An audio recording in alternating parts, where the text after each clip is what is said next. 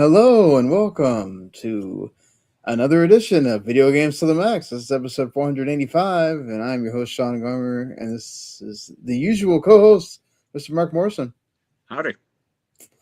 And yes, we did do a show on Saturday. That was episode 484. We talked about a lot of stuff. I'll get into that in just a bit. But we will be talking about the spring showcases that happened over the last week with GDC. All that. So, or mainly me because Mark did not watch them. I didn't know it was happening. So so it'll just be the kind of funny mix showcase and the future game showcase because there was a few other ones, but a lot of that was like either games that have already been out for a while or it wasn't like that big of a deal. But that's funny just for those two, and right. then we're also going to do our first of the quadrennial check-ins, or well, I guess quadrant check-ins or seasonal check-ins on the game of the year. So almost done with the first 3 months. There is a big game that technically hasn't come out yet, but I guess since I don't think either one of us are going to play it in the first week, unless Adam magically gets dropped a code or something, probably. Do you mean the Crimson Desert game? Yeah, Crimson Desert. I may already have that copy. Oh, you do? Okay. Well, I got a friend who has that copy. All right. So, well, maybe Mark will be adding that to the game of the year list when we talk about the summer part. But for now, we're going to do our spring game of the year check-in, or I guess technically that'd be winter, spring. And then so we'll talk about that and some other news, like the Subnautica 2 devs got judgment in their favor. So we'll go into what happened there as that saga continues, and a few other things that have happened since Saturday, or stuff that we kind of held over till today. But we'll talk about all those things and more right after this.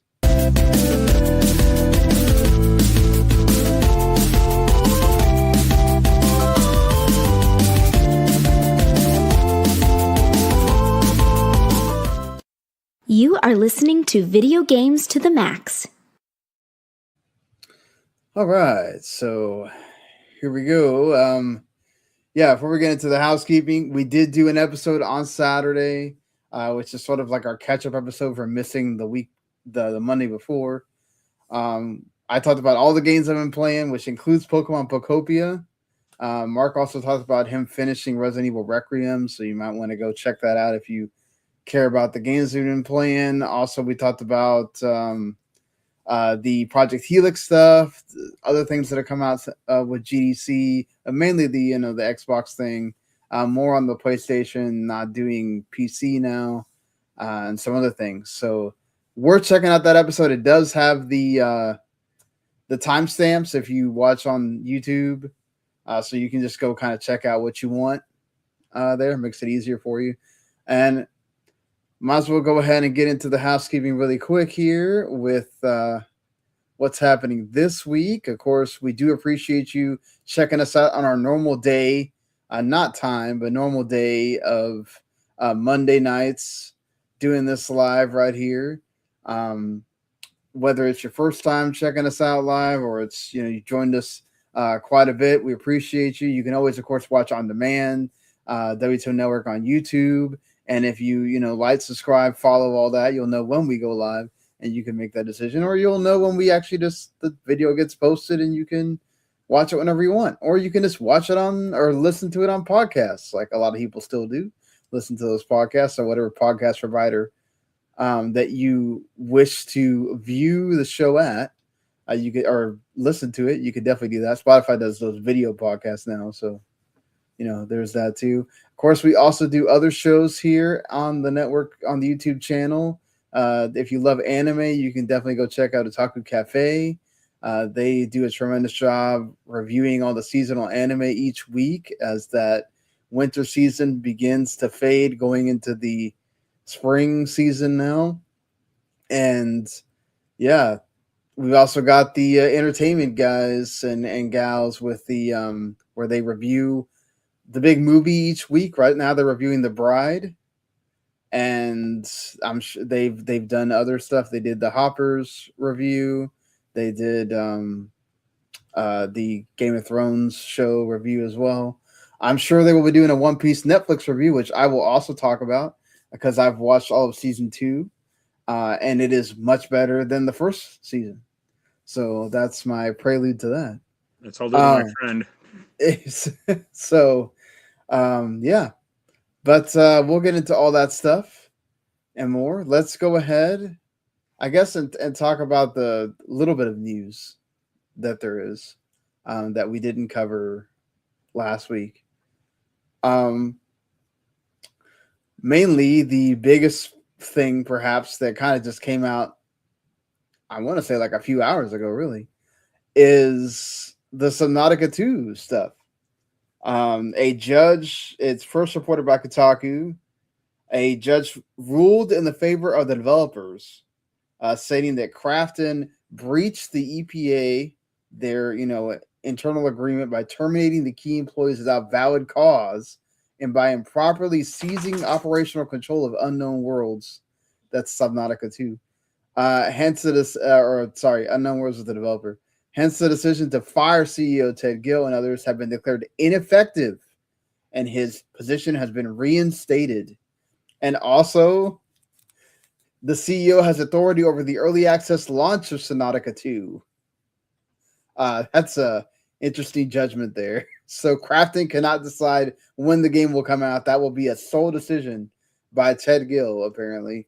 And also, they've extended the ability for those, the executives to be able to get that $250 million bonus to September 15, 2026. So if Subnautica 2 is able to meet the criteria for selling over, I think they have to sell over 1 million copies, they will earn that $250 million payout. And the judge also said that there was, they were able to sufficiently show that there was models saying that had they been able to launch an early access in August 2025, by Q4 of 2025, they would have sold 1.6 million copies, which would have been enough for them to earn the bonus. 191.8 million total earnout payment was predicted.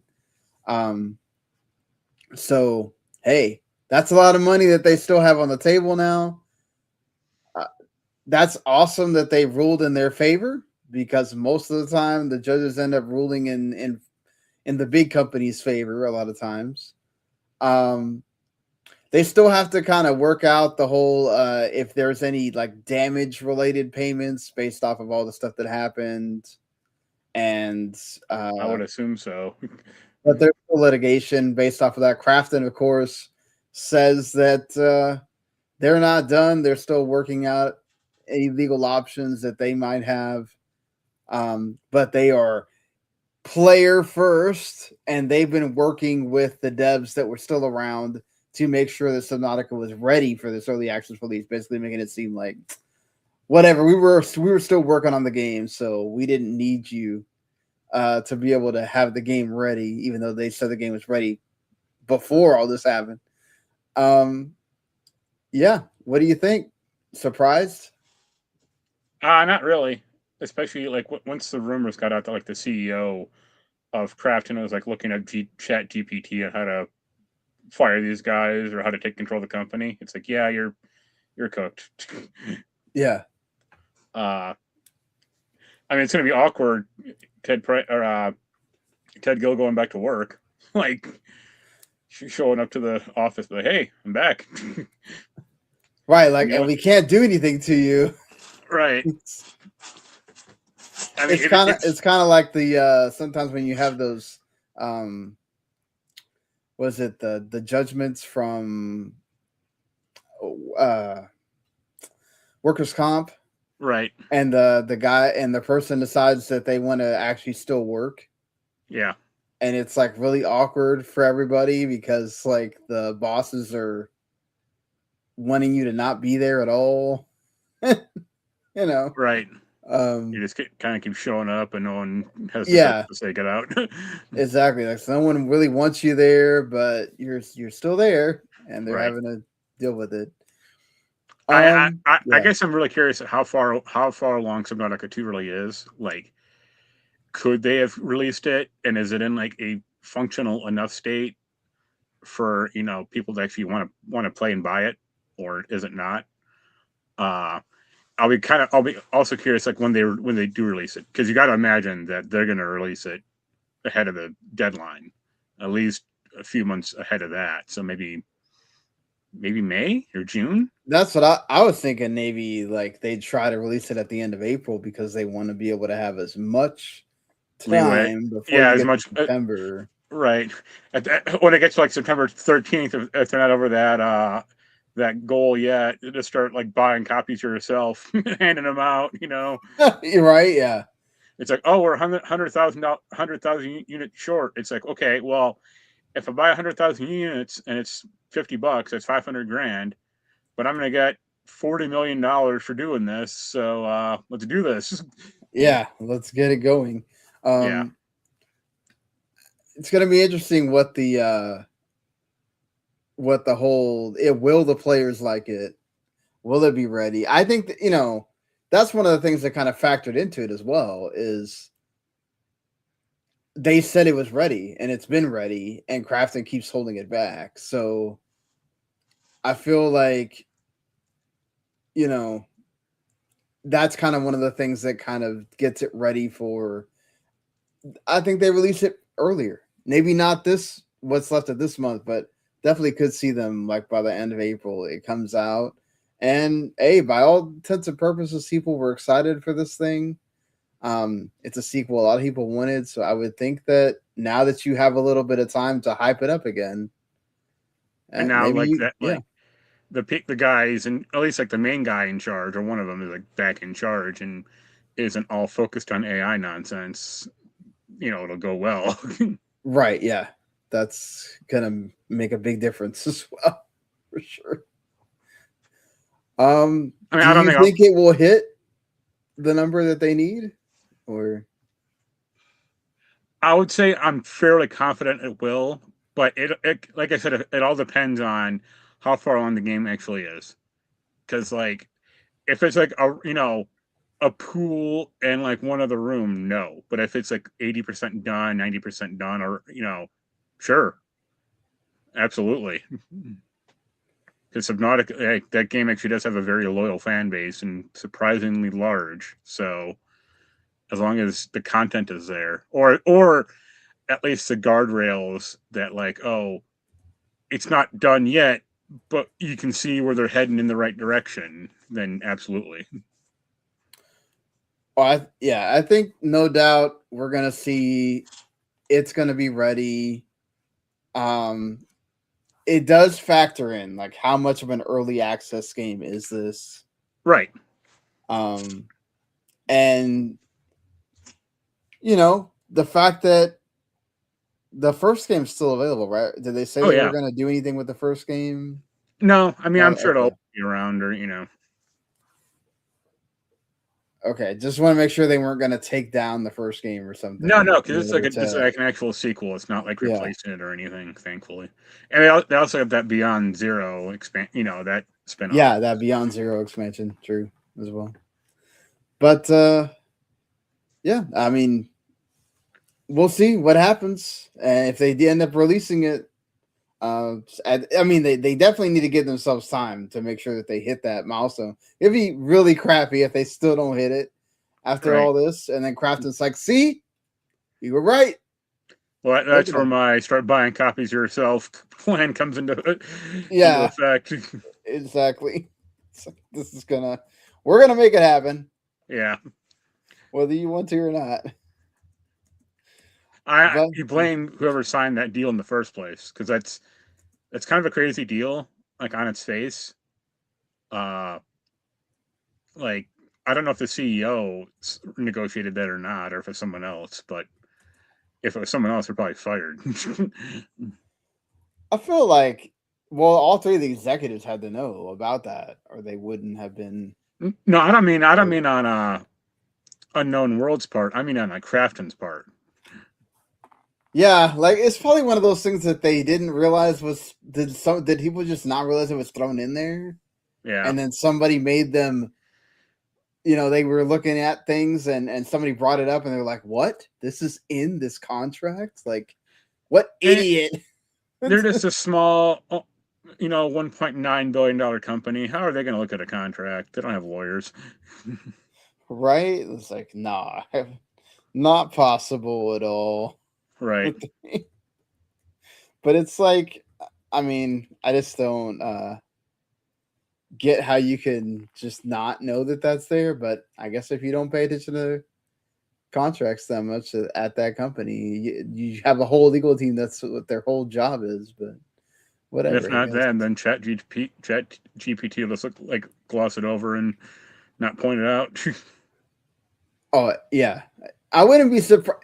Remember when he said that he was looking at, like, they were talking to ChatGPT about how they could get out of this or whatever, and yep, and they have like direct. Basically said you're screwed. Well, they have like direct evidence from like text messages with like other Crafton employees talking about ChatGPT, and it's like that's not good. Yeah, definitely not. It's not good at all. But all right. Unless you had any more you wanted to. It's funny, but that's about it. Yeah, it's we have to get to the point where the game actually comes out, and then I'm sure that people will be tracking this right somehow. There'll be a sales tracker on the Steam page. Be like, 488,000 out of 500,000 sold. It's like, start rallying everybody to help them get to the goal that they want. Yeah. But yeah, moving on from here. Another thing that we don't know what's going on with it here. The Hitman TV show is essentially dead in the water, according to a report by the Direct. Executive producer announced a live TV series of the adaptation. It's dead in the water. He made this statement at the premiere of Normal during the South by Southwest Festival. This is director Kolstad. He's also the creator of John Wick. He says he loves the Hitman franchise. And apparently he wasn't expecting the cancellation. He's a little bit hurt by it, but there's no market for buying it either. Apparently the same can be said about Buffy. I kind of completely forgot about this show. I don't know about you, but I mean, of all the shows that are now, it feels between shows and movies that are lined up with gaming properties. Yeah, and this is one that totally forgot about. The bummer is, like, Hitman actually kind of could work pretty well as like an episodic show, or with like some slight serialization, but not like Fallout, or not like Last of Us. Like, it could be like, oh, this episode is in a hospital, and this episode is at a DJ party or something like that. I mean, and also, could they, if they let them do like the game where some celebrity or some known actor or actress becomes the special target for like 4 or 5 episodes or something? They got to kill Timothy Oliphant. Yeah, like like legitimately Eminem gets to be the target for But the fact that, like, I don't even think they casted for the show or anything like that. Yeah, I don't. So, it's not like God of War where we're getting casting constantly now. Right. Like, I think the fact that, like, or even like Assassin's Creed, like, I don't think that'll be great, but they have a cast for it, or it's at least being worked on. So, yeah. I see why this like kind of fell apart. Like, if they announced like a main guy in the role and people were excited, that'd be one thing, but they didn't. So, I mean, I wonder if they didn't because whoever started the process kind of felt like they weren't getting enough traction. Yeah, exactly. No traction, anything. So it's like, let's not tie any more people to this project if we don't know it's going to succeed. Right. But on the flip side, if you can get like a bankable star, then that'll make people interested. So whatever pitch they had of like, oh, it's a bald guy killing people. It's like, okay, who's the bald guy? Right. But yeah, I mean, at least now I won't turn on like the movie. The Movies. Remember there were two of that's those. right. I forgot that there was. That's why I made the several joke. of them. That's why I made the joke about Timothy Oliphant, because he was in at least one of those. Yeah, sure. But hey, I'm sure soon enough we will hear more game projects getting Yeah. made into films or TV shows soon. I mean, it's like the last untapped market. Yeah, but I mean, it's starting to get a little bit like crazy. So we'll see how many more of them get canceled. Or yeah, no, I mean, I would say, unlike comics, at least the game stuff is either really good or really bad, and you can pretty easily tell which is going to happen. But also, it being a game kind of like lends a little bit to the campiness. Sure. So it's like, okay, I can go with this. Even some of the UE Bowl ones are like, this is terrible, but no, I can sort. The Blood Ring one wasn't too bad. You're wrong. It's not some of the Uwe Bowl ones. It's all of the Uwe Bowl ones. Well, I'm just some of them are just so bad it's not in that category. I'm just saying, right. Like like what's gonna happen to the BioShock one now? Is that actually gonna go down? Or I don't think it will. I think it'll be not quickly, but quietly canceled. Yeah, because that one actually has like, it seems like the Netflix is behind it and had some traction, but yeah. Again, it's a problem of like, I think when they announced God of War and they finally announced casting, like it took a while, but like the casting was pretty good. But Right. A BioShock media thing, movie or TV show or whatever, has been in and off development since BioShock came out. So Yeah, that's true. they got to announce something for that thing, like something actually tangible.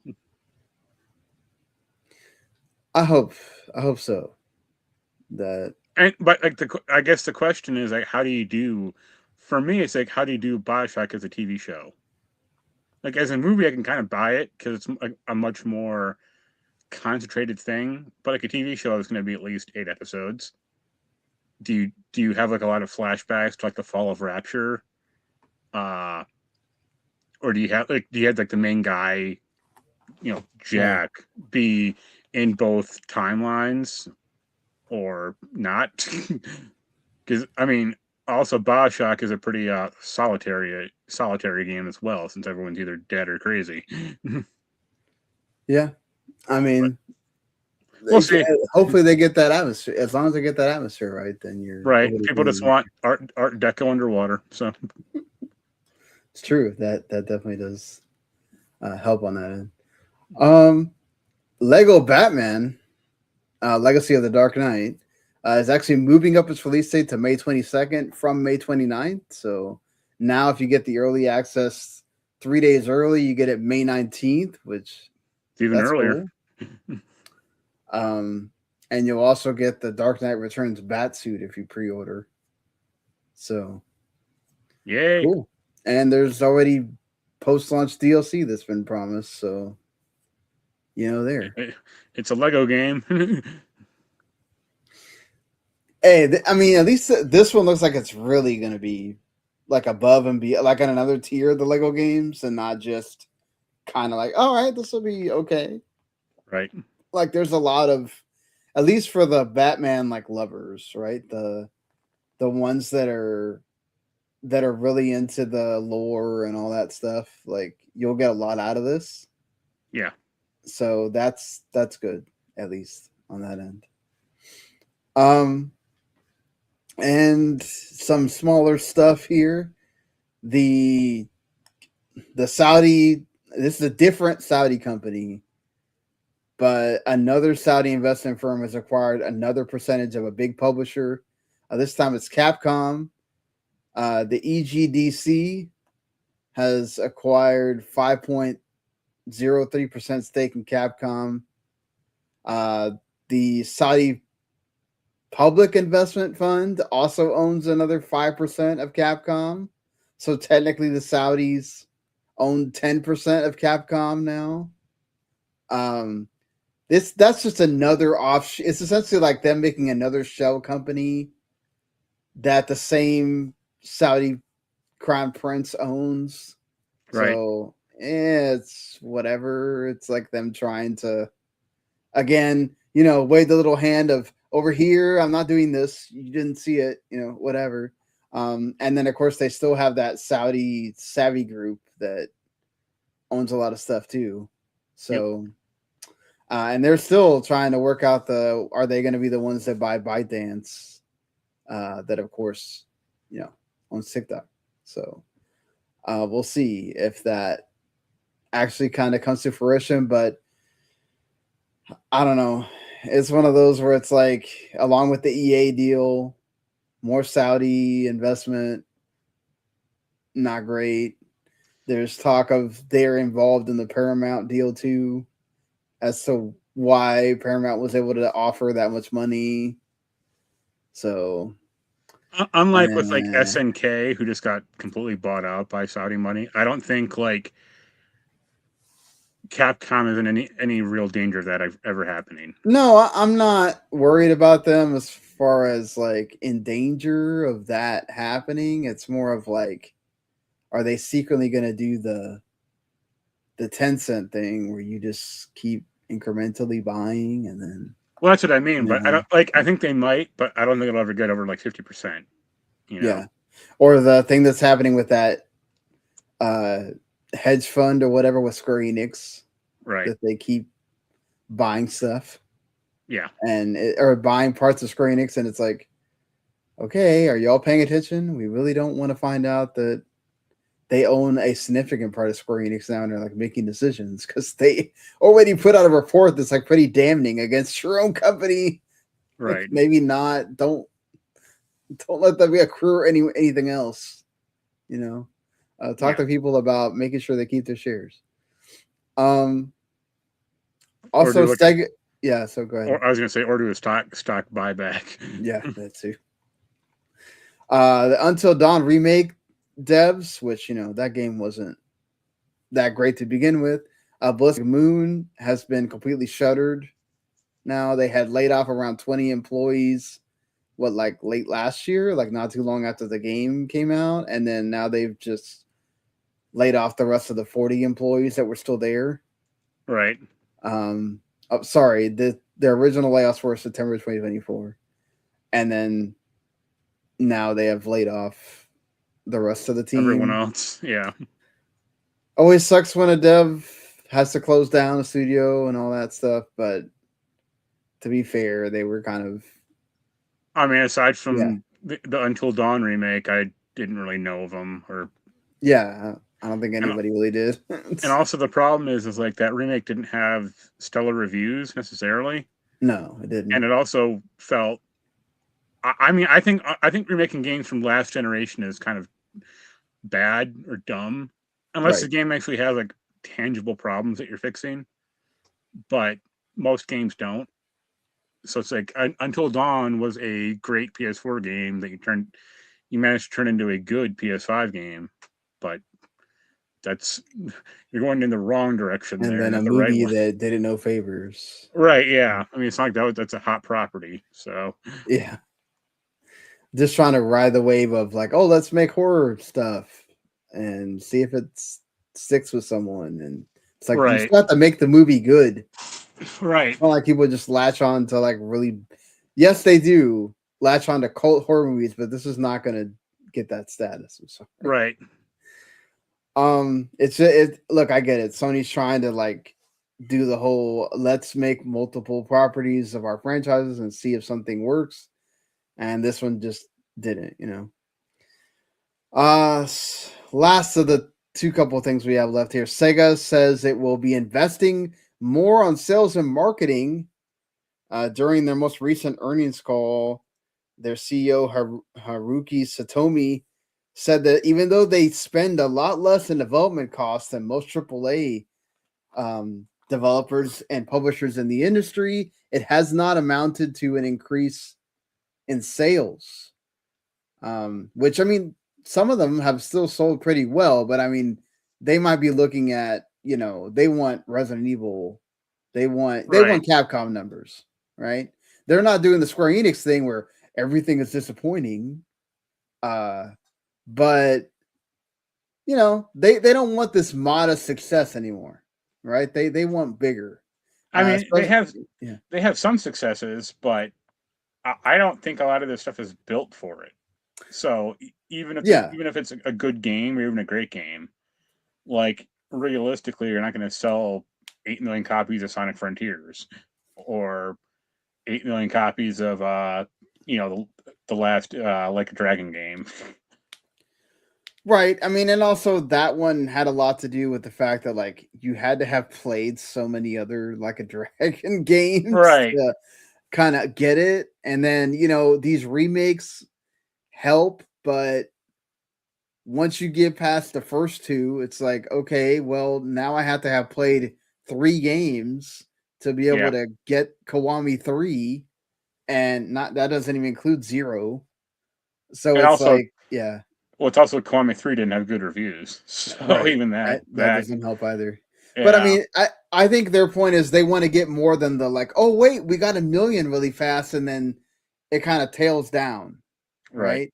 I think they want more Persona 5s and less like, okay, everything can hit 1 million, and then after that, it's like, all right, it kind of toils away, and they want it to be more consistent. So yeah, one way you can do that is improving your sales and marketing, because if people don't know about your game, if they're not seeing it everywhere, they're not going to know about it. So that is, something like Square Enix could learn from is if you still want to be considered a big publisher, and you want to be considered like, hey, you need to know about us, you need to know about our games. You got to spend the money, even if that means cutting into that dev budget or whatever other budget you got. Square Enix's problem is unless the words Final Fantasy aren't in the name of the game, they don't care really. Yeah, like I heard about Dragon Quest Reimagined for like the first a little bit before release, and then after that, it's like I wouldn't even know it came out this year. Right. You don't see any. I mean, I get it, it's a remake, but still, like, don't you want people to buy these things? I feel like I saw way more budget for the 3 remake than I have for this one. And this one's just as good of a game, So yeah, I feel like you're kind of shortchanging. If you want all these games to do well, you got to kind of treat them, maybe not Final Fantasy level. That's still your, major one, but you got to give it a budget that's at least substantial to that. This is supposed to be your second biggest franchise. So, and your biggest franchise probably still in Japan. So, I mean, give it that love. And then lastly, speaking of, before we get into the indie showcases, a Good Games Group bought the Humble Games, I guess, like library from whatever Humble Games was still working on, and the old and the archive from Ziff Davis, IGN, and have thus renamed it Balor Games. So like same kind of wording as Finn Balor, Balor. He's the CEO. Yeah. They are going to be producing AAA games, which that's the new kind of lingo for the top highest tier indies. They even have that AAA showcase that happens like once a year as well. But yeah, I mean, Humble's already been known for having some pretty fantastic games. And of course, this also includes, Slay the Spire. They had a Signalis that both Randy and I loved. A Hat in Time. They're working on the Wild Blue Skies, which looks like a predecessor to Star Fox. Threads in Time, which looks like, Chrono Trigger spiritual successor, which looks awesome. So they definitely have still in their cabinet some big games people are looking forward to. Hopefully it looks like they are primed to have that continue. Even though, I mean, IGN was promoting it, like, after I would see after every one of their like video podcasts, they were promoting Humble Bundle still and all that. So it's not like they weren't trying to get people to buy the thing, but I'm glad to see that IGN is owning at least one less thing. Right. Well, they didn't. They never quite seemed like a good pairing for Humble Bundle anyway. Oh, I remember they'd already kind of like stopped the publishing part. Right. Yeah. I mean, that's one of the reasons, because it's like, how are you going to review this game that you own? Or that you're invested in. So there's a conflict of interest on that side. It's like Ziff Davis didn't want to be a publisher. They didn't want to be funding development. Right. So it's much better that they're not involved in this at all, and you send it over to a team that does want to be involved in that. Yeah. But all right. And then they can get acquired by the Saudis. Please no. Let's just not get there. But all right, going into the two like bigger showcases. One of them was the Kind of Funny Mix showcase, which Mix part of it Kind of Funny. Normally Mix just does their own thing, usually around the time of the Summer Game Fest and stuff like that. But it's cool to see Kind of Funny doing this again. They had like 60 games at this thing, that's a lot. It was almost an hour and a half of just showing the games, and then they had another video which was like the interviews, but they took that down for some reason, and then they just had the one where everybody was trying out like demos and stuff like that, and they streamed it, which was cool as well, because one thing is looking at trailers, but when you can actually look at gameplay of the games, it definitely does help. There was definitely some games that I think people have heard of here. One of the ones that I've been kind of watching is Rock Piece, where you're kind of like managing a band, sort of like Telltale style, but also you're kind of like doing all their stuff for them, and then you're also getting to play out the band part too. It's like a rhythm game at times, but you're also having to like manage their egos and make sure that one doesn't get upset over the other one. So I'm kind of excited to see what this turns out to be when it does come out. Another one is the Back Roll, which is another one of a lot of indie Earthbound inspired sort of games that come out. I'm going to talk about one later that I've talked about on here already. Hermit and Pig, but Backroll is definitely trying to take that art style to another like level at that point. Also, so that's another kind of one. They finally announced they had Kevin Smith come on to announce that Jay and Silent Bob's Chronic Blunt Punch has a release date now. Yeah, it came out like a decade ago. That's when the original announced date was. Yeah, it's supposed to come out April 20th. So, hey, I mean, I'm just happy that game finally has a release date after all that time. And especially when we just got the Scott Pilgrim new game, which there's a lot of people, like Randy was saying, I think a lot of people that think that's just a remake, and it's not. Right. They already did that. It doesn't help when you like the art style looks kind of similar, and you have the same band doing the music and all that. The same, Yeah, exactly. I think if somebody were to look at both of the games side by side, I think it'd be difficult for them to be like, right, oh, this is new. Okay, I don't see that, but sure, So I can kind of see everybody's sort of thought process with that of, oh, this is. Are you sure it's not the same game again? Right. But yeah. Also, something that like I love the fact that Acclaim is just doing sports stuff that I don't think anybody like thought somebody wanted. The Super Basketball Classics thing, which is like bringing back the Harlem Globetrotters into relevance. They've always been relevant. I mean, back in the day, I used to Right. see commercials for them all the time. Should bring, yeah. Now, not so much. They should They're bring in back the this. super. Yeah, go I was ahead. gonna say they should bring back the Super Globetrotters when they're all superheroes. Right?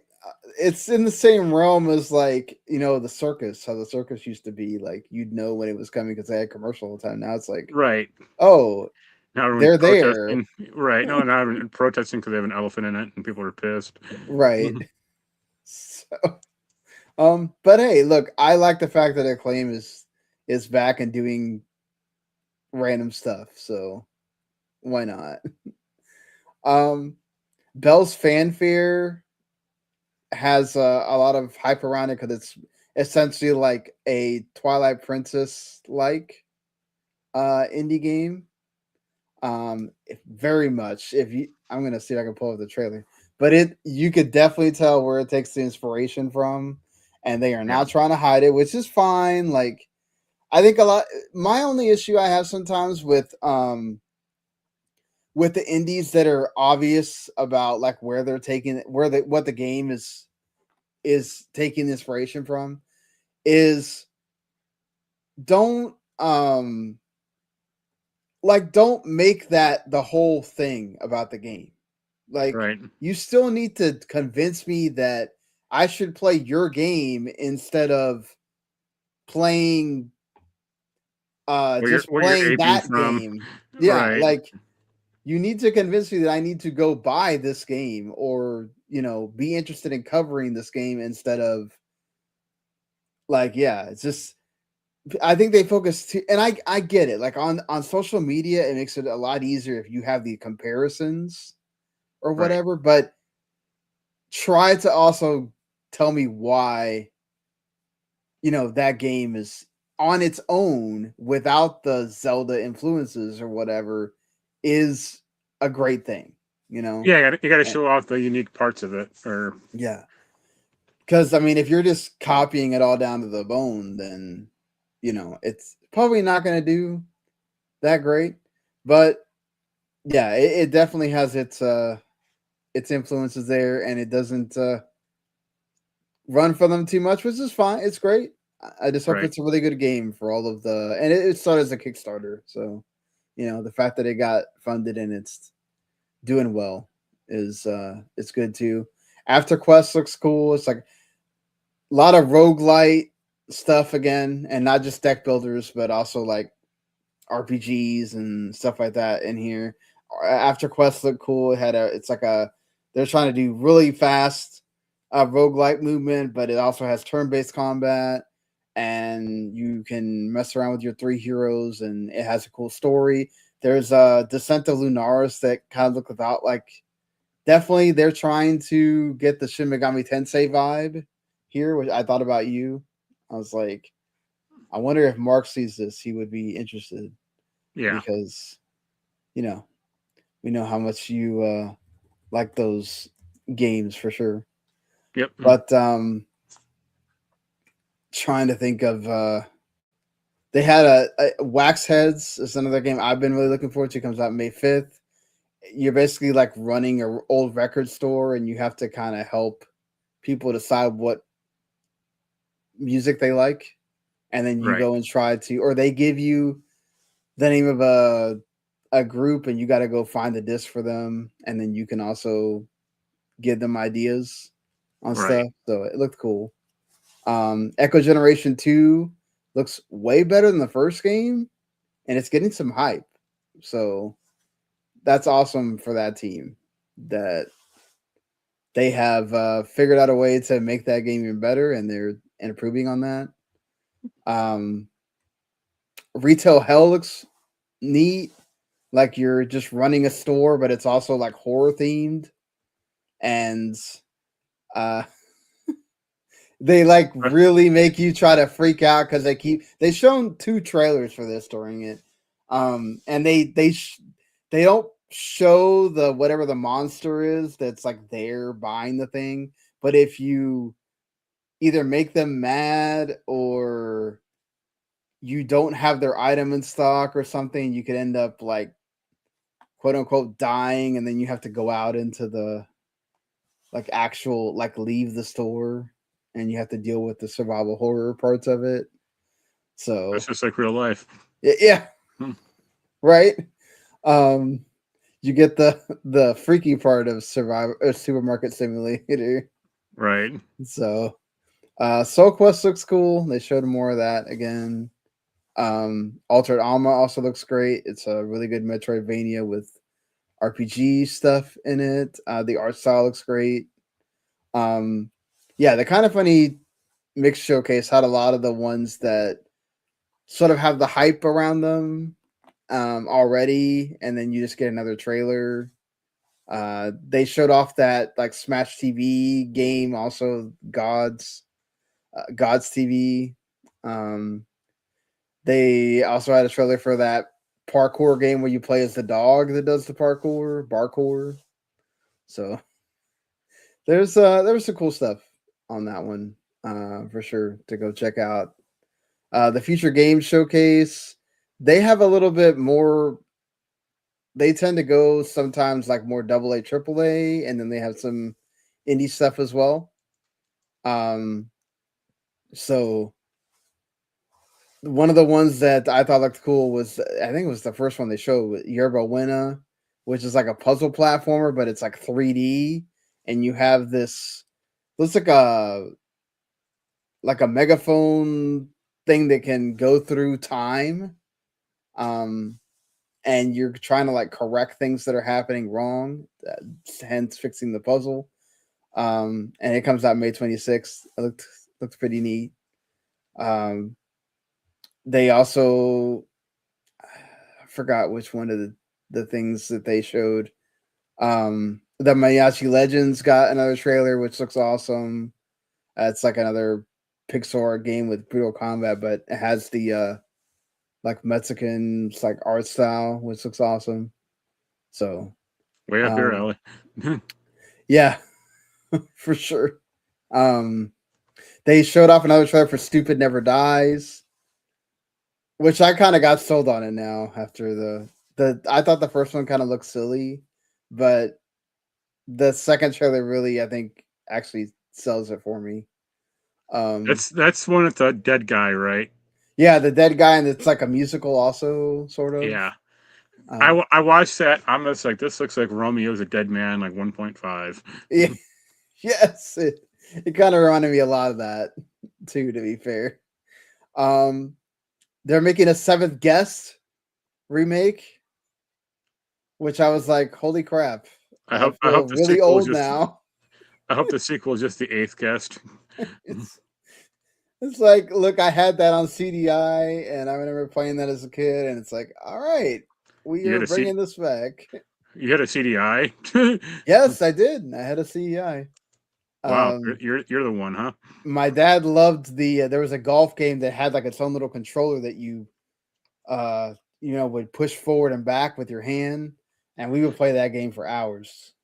I went to a used game store like a week and a half ago.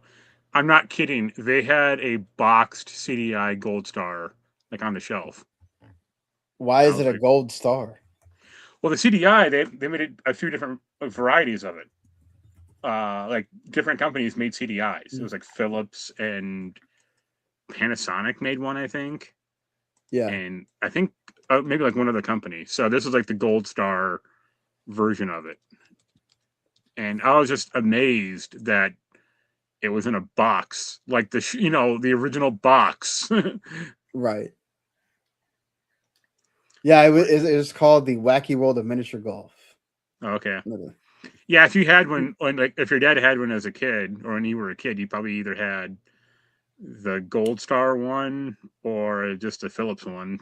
I had the Philips one. But we Okay. had the Zelda game, we had the Mario game. The Mario game actually wasn't that bad. You should have kept all that shit, or you should have asked your dad, like, "Hey, where is it?" I know. I don't know if he has that or he sold it or it's just like in the attic somewhere. Okay, I need to. I'm betting the attic. It's probably buried somewhere. You know, it hasn't been touched in 30 years. Yeah, you know what? I wouldn't be. You're actually not wrong about that. I bet it.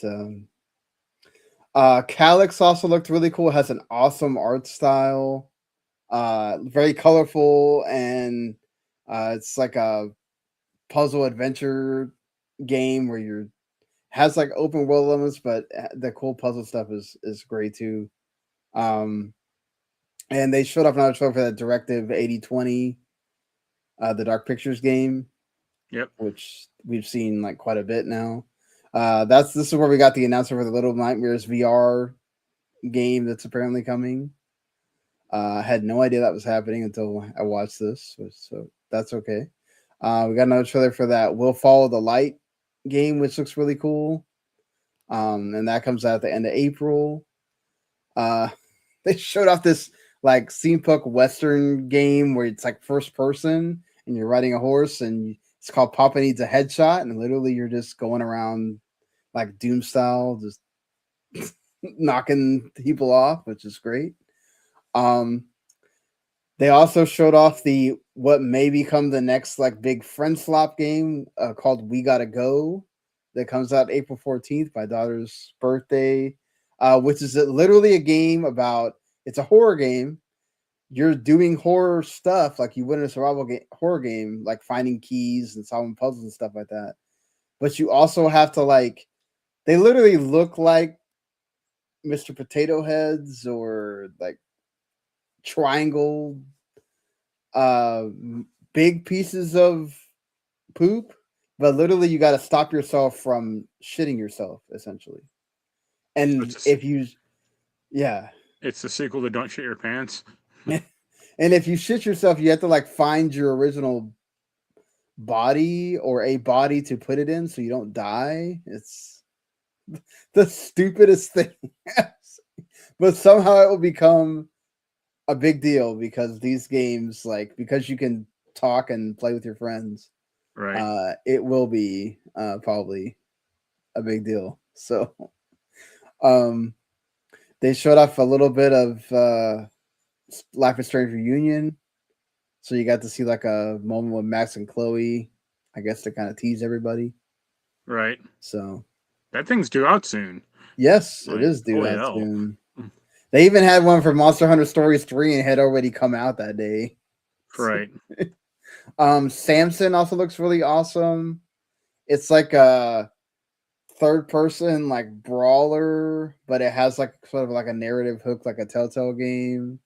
That's the one where he's like, oh, he needs money, right? Yes. You're like solving your debt as you keep killing people or whatever. It had a real that thing had a real like mind's eye looking vibe to it for some reason. Like I hope not. I hope not, because I like the trailer. I like the fact that like you're an older guy or whatever, you know. Right. Kind of has like was it Forsaken kind of vibes or whatnot. I hope not, because Forsaken was a no, I'm talking about the movie series, the one with Liam Neeson. Oh. Yeah. Okay. I thought you were talking about the game. Like, wait, what? Yeah. Like, I don't know if that's the one that's the series that he ended up making like 2 movies or whatever.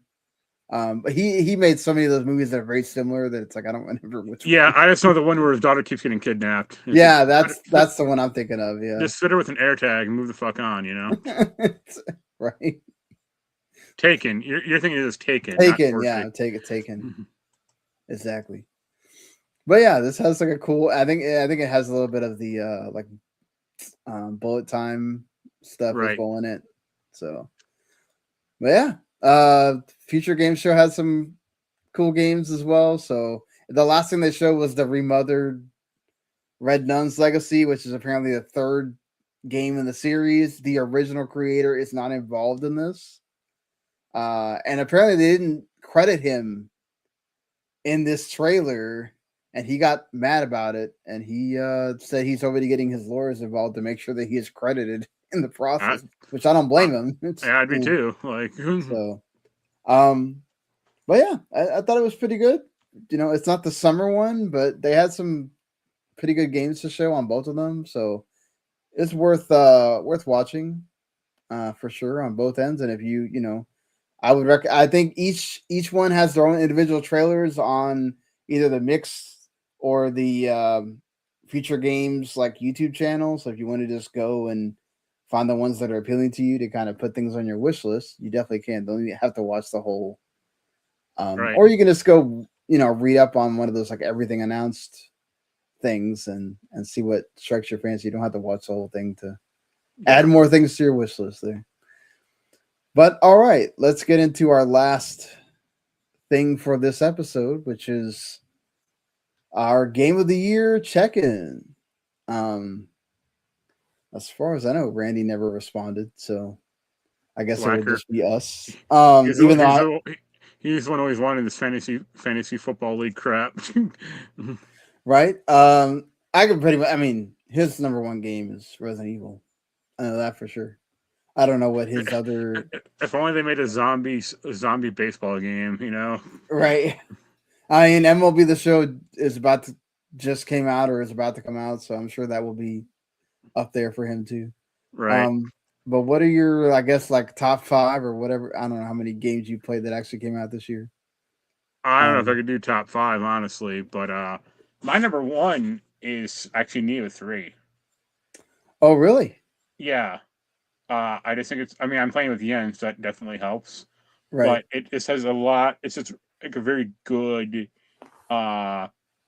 mellow experience. Like, we're stuck in a boss right now, and we're kind of like beating our heads over it. But like, it's not like unfun.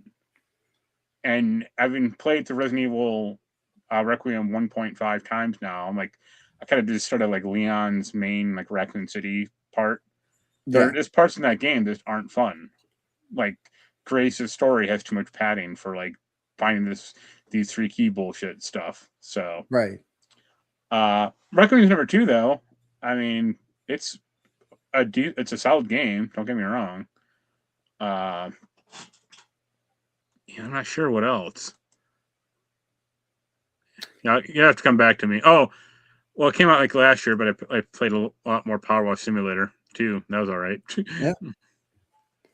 But hey, I mean, at least you got 2 games to add to that. Yeah, the one game I still want is that Star Trek Voyager game. Yeah, I was gonna ask you if there was a few games that like that had already come out that you were kind of looking at. Yeah, I'm still pining for that one. So, but yeah, you can talk about yours, and I'll look at a list real quick. Yeah, for me, I think out of the ones that I've played already, Herman and Pig is still number 1 for me. Still have not. I mean, Mr. Sleepy Man is kind of up there as far as the funny part of it, but as far as like an entire game that encompasses everything, where it's like has really good mechanics, it's funny, it kind of keeps you engaged. It has the characters are really good, all of that. Like Herman and Pig is still kind of like up there for me as far as it delivers on everything you want a game to do. And you know, for being, I mean, I know like it's been showed off Day of the Devs and other things, so it's not like it hasn't had a little bit of publicity or whatever, but to kind of like, I didn't see a lot of people reviewing it, and to still kind of be under the radar, very, you know, Earthbound inspired and stuff like that, but it's pretty awesome, and it deserves its 89 that it has on Open Critic and all that. I mean, I gave it a 9 as well, and it definitely, look, I laughed a ton playing the game.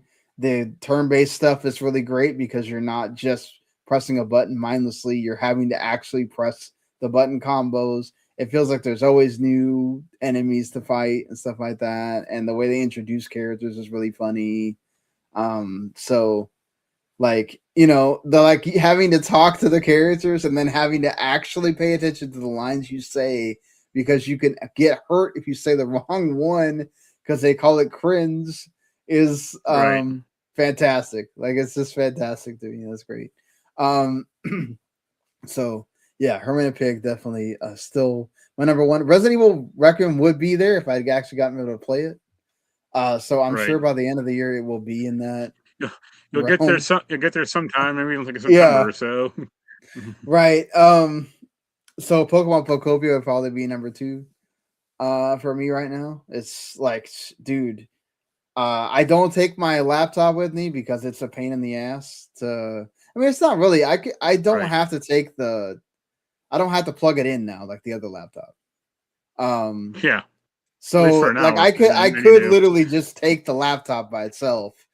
And it would probably let me play for at least 3 or 4 hours or whatnot. It's not like the Switch 2 where like literally that thing dies after like it feels like an hour and a half. I'm already having to charge it again. Right. Pokopia doesn't do that much to it because it's not like super graphically intensive. But I'm sure I have seen with other games that are much more graphically intensive that it does like kill the battery a lot faster than Switch 1. But I don't know if they're going to come out eventually with a better version that saves the battery more. But I don't know if you just saw, but they announced a new patch for the Switch 2 like today or like 2 hours ago. They announced a boost mode, for Switch 2 for like Switch 1 games. Wow, that's great. So those are going to play better now? It'll be like, because you know how like on the Switch 1, in docked mode versus handheld mode, it would run like ass in handheld most of the time. Now it's just going to act like it's always in docked mode. Hey, that's great. That's the way it should be. That's the way I thought it was going to run from the word go, was automatically boost those games. And it felt like some of them are, but they still had to do a lot of tinkering. And it's like, it's not the automatic way that like Xbox and PS5 were doing it. So if this does that more, that's great. After those two, like I'm not, because Karen's the only other one that I've actually like gotten really far and I reviewed it. I mean, that'd be number 3 for you, I would assume. Yeah. And I still think about that game just from all of the anguish that I went through trying to get her up a lot of that mountain, but the fact that I enjoyed it and I learned a lot about myself and things like that as you're trying to figure out the best way to like maneuver and go through and whatever. So I would say my number 3 probably de facto, and then the rest of them, Demon Tides is probably up there more so than Big Hops, and Mr. Sleepy Man as well. And I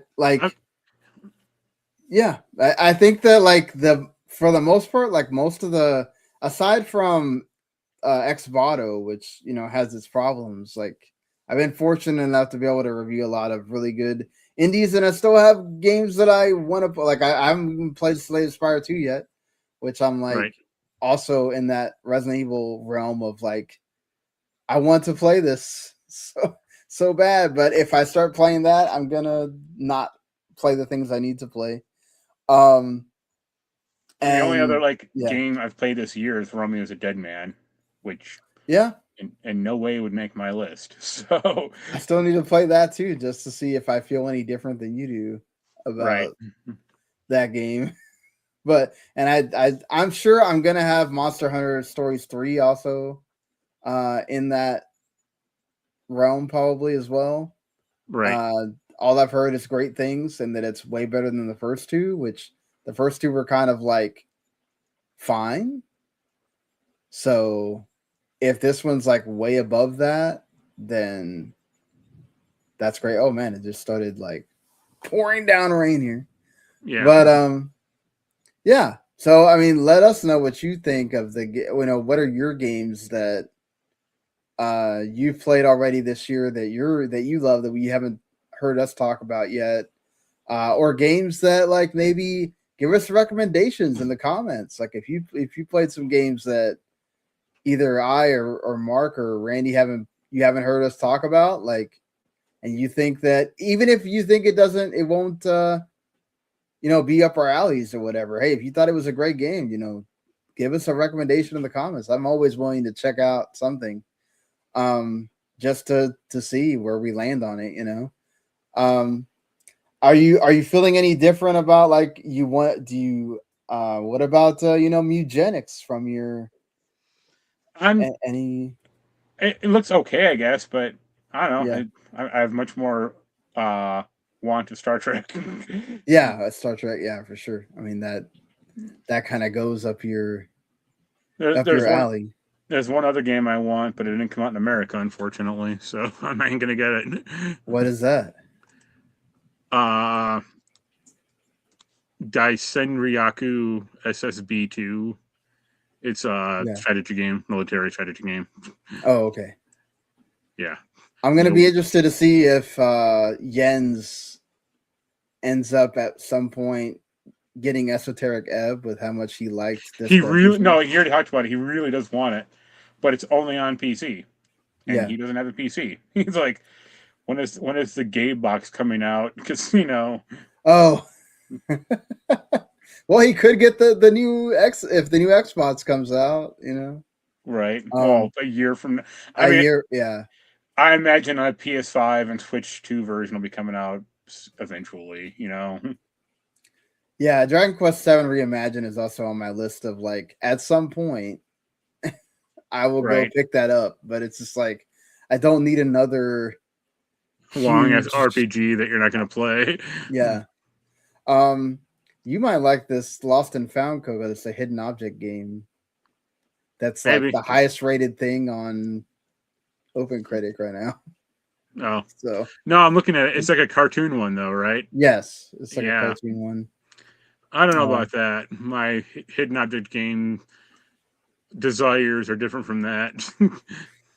Yeah, I'm kind of like I'm not going to probably play Reanimal after Randy kind of just said it was all right, and then he told me that apparently where they had stopped at, they literally played 5 minutes and then a cutscene happened and then that was the end of the game. Cool. So he's like, yeah, I apparently didn't have much else to play of that game. So yeah. Look, there's a lot of stuff still to come this year. Sure. So I'm sure that our plates will be full not too long from now to be playing. So, but all right, let us know what your game of the year stuff is. What are your leading candidates right now? And we'll kind of keep track of this as we get into the next like 3 months and see what are these games still at the top of our list or have some other games replaced them yet. April's going to be another big month for indies. Like I said, Mark's going to be able to play Crimson Desert here by the time we get to next week, it looks like. So will that make the list here? Yeah. But all right, until then, we'll be back next Monday. We'll see you later, everybody. Later.